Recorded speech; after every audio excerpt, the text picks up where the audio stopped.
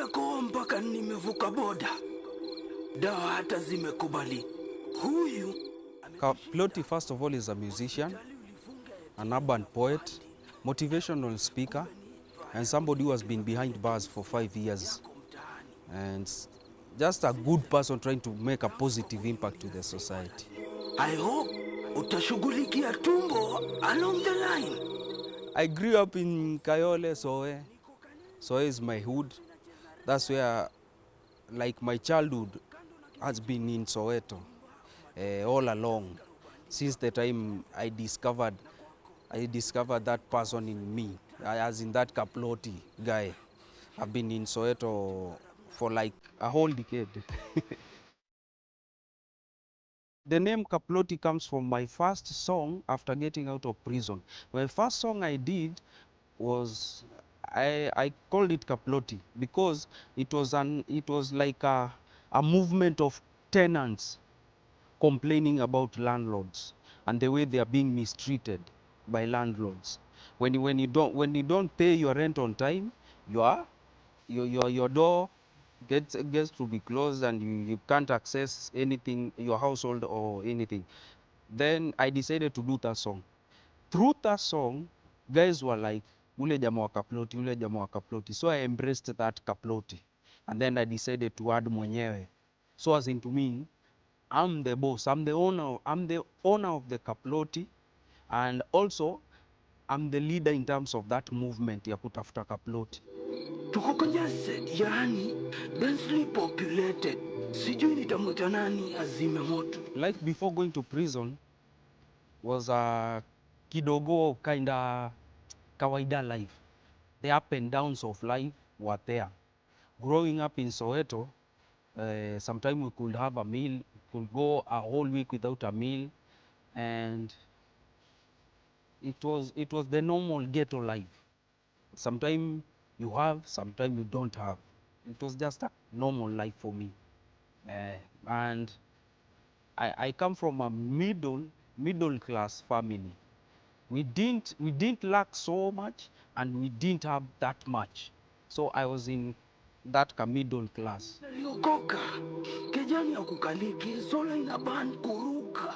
Growing up with my brothers was the usual life. Yeah, mnacheza pamoja, you do things pamoja, and with my family, we are so guarded in terms of family values.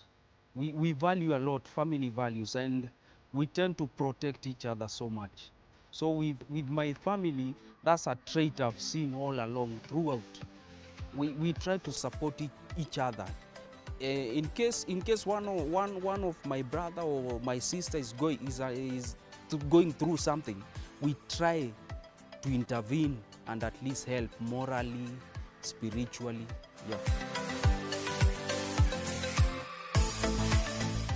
Before going to prison, I was doing the juakali stuff. I was a hustler. I had a stall. I was in the stall. There was a kinyozi. Also on the other side, I was selling some women clothes.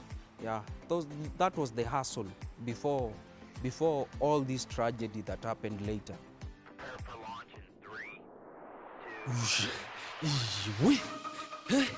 I started doing music when I was still in primary school. And through all that time, you can remember before all this social media and stuff and the moving from analog to digital, there was not a lot of opportunities for any upcoming artist. So for any upcoming artist from 2000 and backwards, if he really wanted to be known or his song to be played on radio station and TV, he had to go out there to do the meet and greet thing, and then also to perform on any platform that was being offered for free by clubs out there in town. So me as an upcoming artist, I had to also go there. And since I come from Kayole, somewhere where insecurity and crime was so high.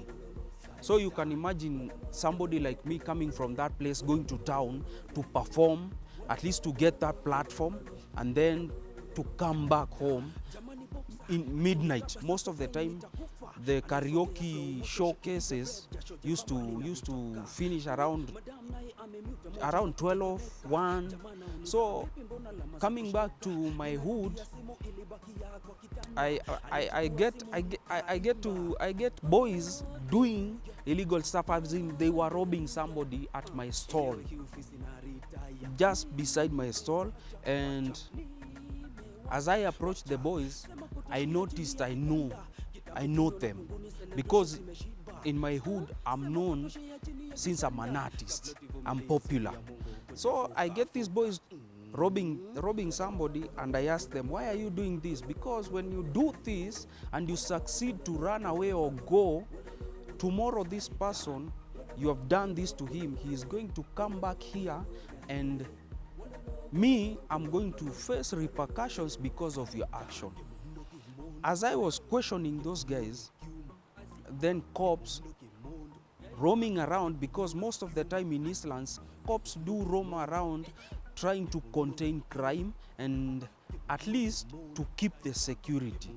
So you can imagine they get us there, all of us, we are trying to argue back and forth.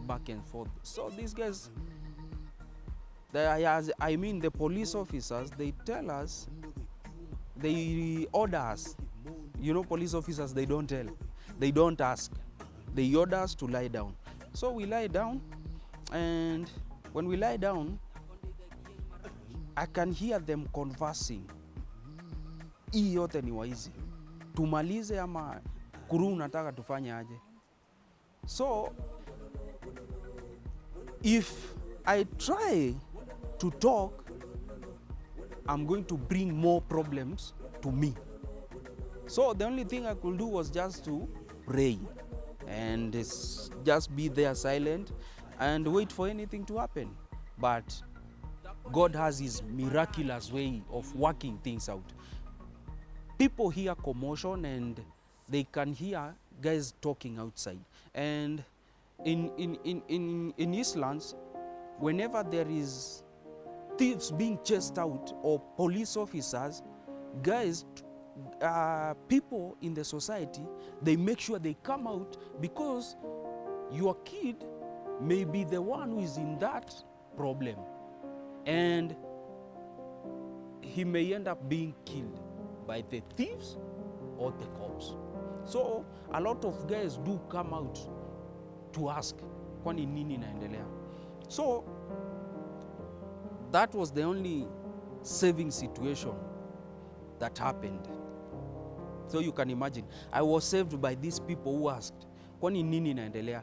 Na ikiwa vijana ni waizi, simuwapeleke station, because they were conversing, asking, do we take them down to the river bank and finish them? Because at my place there is Nairobi River down there, downwards. So they were asking, do we take them there and we finish them? Hii biashara ya kwenda kotini tuachana nayo. So I thank the people, because if it was not for the people, I won't be here today. Mzee, oya, sister, brother, imagine Yesu tu akija leo. We imagine. We were taken to police station and then we were booked. But due to this, there is this trait that a lot of guys, they don't question or ask what you are being booked for. So me as somebody who's so naive, I didn't ask, what am I being booked at the police OB? So we are taken to the cells. We don't talk. We are not asking any question. Then as days go by, like a whole week, I find these guys we were with, they are being released one by one. Only later on to come to realize they bribed their way out. And since me, I come from a middle class family that has no such kind of amount that was being asked, because the police officers, they asked for my parents, And when my parents came, they were asked for some money, of which that money they didn't have. So the conclusion was, wacha hii ende na file kotini, wacha ibebe file. So that's how I found myself in Makadara law courts, and the judge read out the case that I was supposed to answer, a case of robbery with violence and murder that I didn't commit. And that's how I found myself in committee. Na wine, nani atakusikiza? Monday atatuget na hangover, hata akili imehang shinda komp za P1. The same na kamba za kuanika manguo zimehang. Akiponya kipofu asishtuke. Finding myself in committee was a shocker, first of all, because that's a new place. That's somewhere you have never been, and that's where you find all the hardcore criminals you have ever heard of. Because when I entered for the first time, they strip search you. They strip you naked. They search you like if you have any contrabands. So that's the welcoming, as in that's the welcoming gesture there.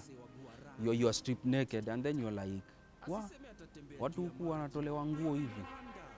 Then you are handed over to another person. They usually call him their kinara.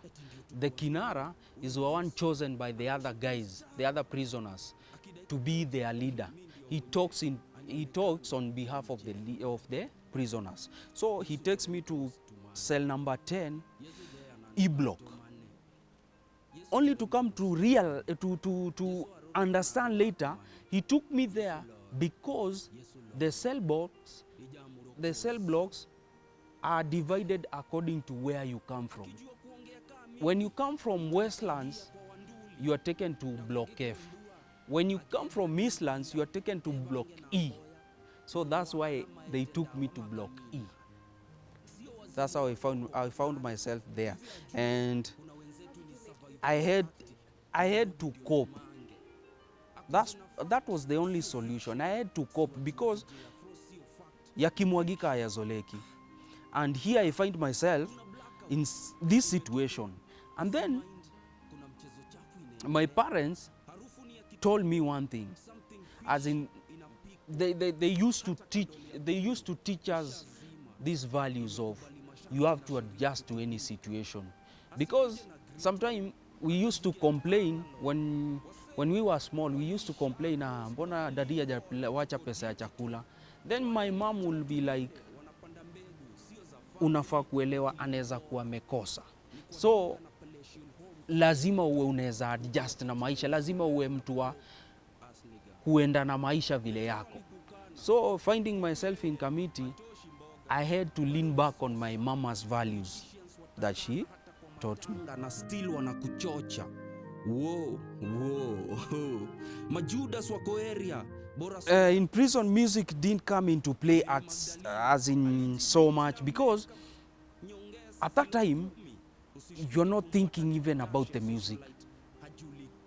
Most of the time you're thinking about how are you going to prove to the judge and the prosecution side and the witnesses and everybody, how are you going to prove to them that you're not the actual person who did this, or you're not guilty, you're innocent. So most of the time I had to submerge myself in trying to solve my case, but as in to try to ease that pressure of every time trying to learn how to deal with this case. I had some time also to write music, so I was trying to balance. It was a 50-50 thing. Hiyo ni milango ya jela kufungwa. Baby, bye. Miaka 5 wamenifunga. When you write music, your mind tends to be like inakuwa free. Alafu inakuwa kama inafikiria kidogo nyumbani. Because now you try to think other things apart from the prosecutors and the judges and the witnesses. At least music was therapeutic to me. Sidanganyane, emotionally, physically, hiyo najijazia. I managed to case, and Bye. I thank God It's not that I'm good in doing cases or I was a lawyer, kinda, but when I was in prison, there were other guys trying to teach you how to case. Hardcore criminals, somebody who has been there like for 30 years or 20 years. They provide you with materials to know how to case. Because there is that brotherhood thing. When you go to prison or the women, the Langata women prison, there is sisterhood. There is that trying to care about each other. So that helped me a lot in terms of doing this case. And that's how I succeeded in getting to ruling and being released on Section 210. Feel down, but spirit iko juu. Cause everybody has an emotion, na my addiction ni watoi wangu. A lot of those prisoners who are being released, it becomes complicated or so hard to adjust or to integrate into the society, because the society always doesn't welcome you with open hands. It's hard. They don't welcome you with open hands. Even if they know that you are released, you didn't do this, you're not guilty, but there is a stigma. Always they are waiting for you to mess up, for them to castigate you. They are always on your toes, waiting for you to mess up. So me, I managed by going back to what I was doing and what I knew that I'm good at, and that was music. That was the only thing I could fall back to, because it's hard. And most of those prisoners that were released during that time I was there, most of them ended up being killed or just dying or becoming nobody or just getting into drinking. Sijielewi, sijui nini nataka kwa life. Thank God aliniokoa, ningechomwa, burning wailer, risasi ama vita ya mob justice ningepokea. Sitaki life ya Robin Hood. I did lose a lot of contacts with people. So getting back to the society, I had to build my way up.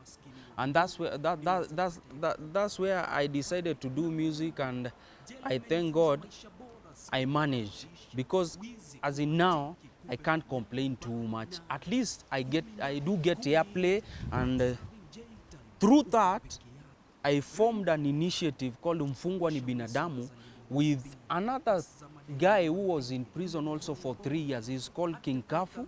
He works at Ghetto Radio. He's a presenter. He was also in prison.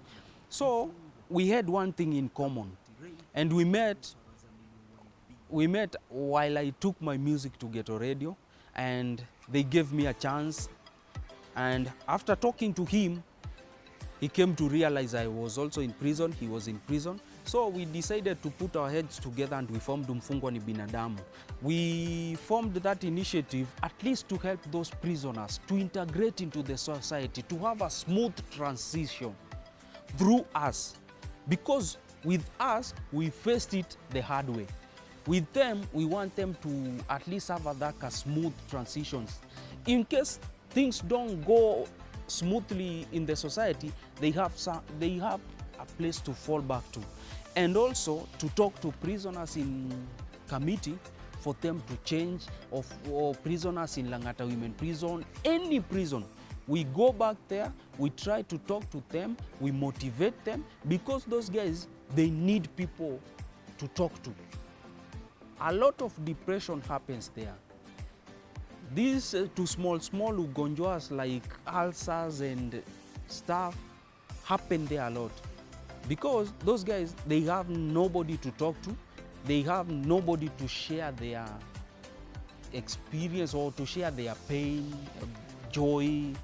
So we make a point of being a shoulder to lean on to them. Blanda na haya mafuriko ya Budalangi. Atazama. There is nothing that is so painful like later on in life when you're old, you're like, aki ningejaribu. It's so hurtful. So for anybody who has a dream, it's better ujaribu, ushindwe, than to regret later in old age saying, as in telling your kids, imagine telling your kids, mimi nilikuwa napigana, me I was a boxer. Mimi nilikuwa boxer mzuri sana. And then your kid asks you, but daddy, mbona huku enda Olympic? Ama mbona huku jaribu?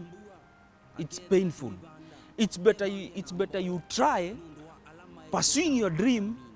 It fails, at least your kid or people in the society or anybody will be like, at least alijaribu. Mange akuje na fact, sio fiction. Prison played a part in molding me as a person. I'm so thankful. After coming out of prison, I've never even gone to a police station. I've never been arrested. I'm in a straight path. I'm doing positive things. I mingle with even DCs. I mingle with prison warders, because I even have projects coming up I've done with prison warder. I'm in the process of starting a project with my area chief. And you can imagine, now I'm in midst of having anything with a chief. And most of those guys in my hood, they usually run away when they see a chief or a police officer. Yeah. Whoa. Majudas wako area. Somebody facing their darkest day in life, I believe in one thing: talking. I believe in talking. Because all these cases you hear of people who have done some bad things happen due to somebody not sharing his pain or what he's undergoing. And whenever you try not to, you shy away from talking, that's when you'll end up deciding to do something bad. Because whenever you talk, you may find a solution in somebody that you didn't expect. You may find that this person has another solution to your problem that you were not thinking about. So it's good to share. It's good to talk. As in, ongea mzee, ongea utasaidika. I believe there is always the light at the end of the tunnel, and my future is bright. Because what I do, I get surrounded by people who have goodwill. And I usually choose people who are going to take you to the next level. So as in, for a better tomorrow. Anybody who has any negativity, I don't like. I will not be one of your friends if you're full of negativity. Because I believe as people, we are supposed to be positive, and we are supposed to help each other. We are supposed to be each other's friend. As always, I'm thankful to those people wamenisaidia in one way or another. And for this opportunity, Motivational Talk Team, thanks, at least mmefanya nimeshare something, itasaidia mtu hapo nje, because my goal is just to help anybody out there. And for those people wamewainisaidia, somebody like Samora, GKV Mwamba, Steve Kipande, Jesse Bukindu, the three guys, they have played the most crucial role in my career in terms of music. And I'm always thankful to them, and let them continue with that good heart. Towel ni ya nusu mita, jasho ni ya blood, sweat and tears. Expensive kuruka, ofisi na dispenser ya ma-CD, jijazie ngoma hapa inapigwa. Music in general has taken me places I've never imagined I'll ever be. And it has helped me to mingle with dignitaries and people. Some people, you only see them on TV. It has helped me a lot. And funny enough, music has made me to cross boundaries, not only in Kenya. I'm selling my music in Peru, Argentina, Brazil, Vietnam. Some places I'm like, sidhani ndaenda hii mwaka. Nikidaydream vile Adele atafanya usikize hii track la Kaman, naona mese ya kukuhanya tena na best yako wakufa kuzikana. For anybody who has talent, do it, you never know. Inaweza kupeleka mahali, unaweza enda Ikulu. Yeah.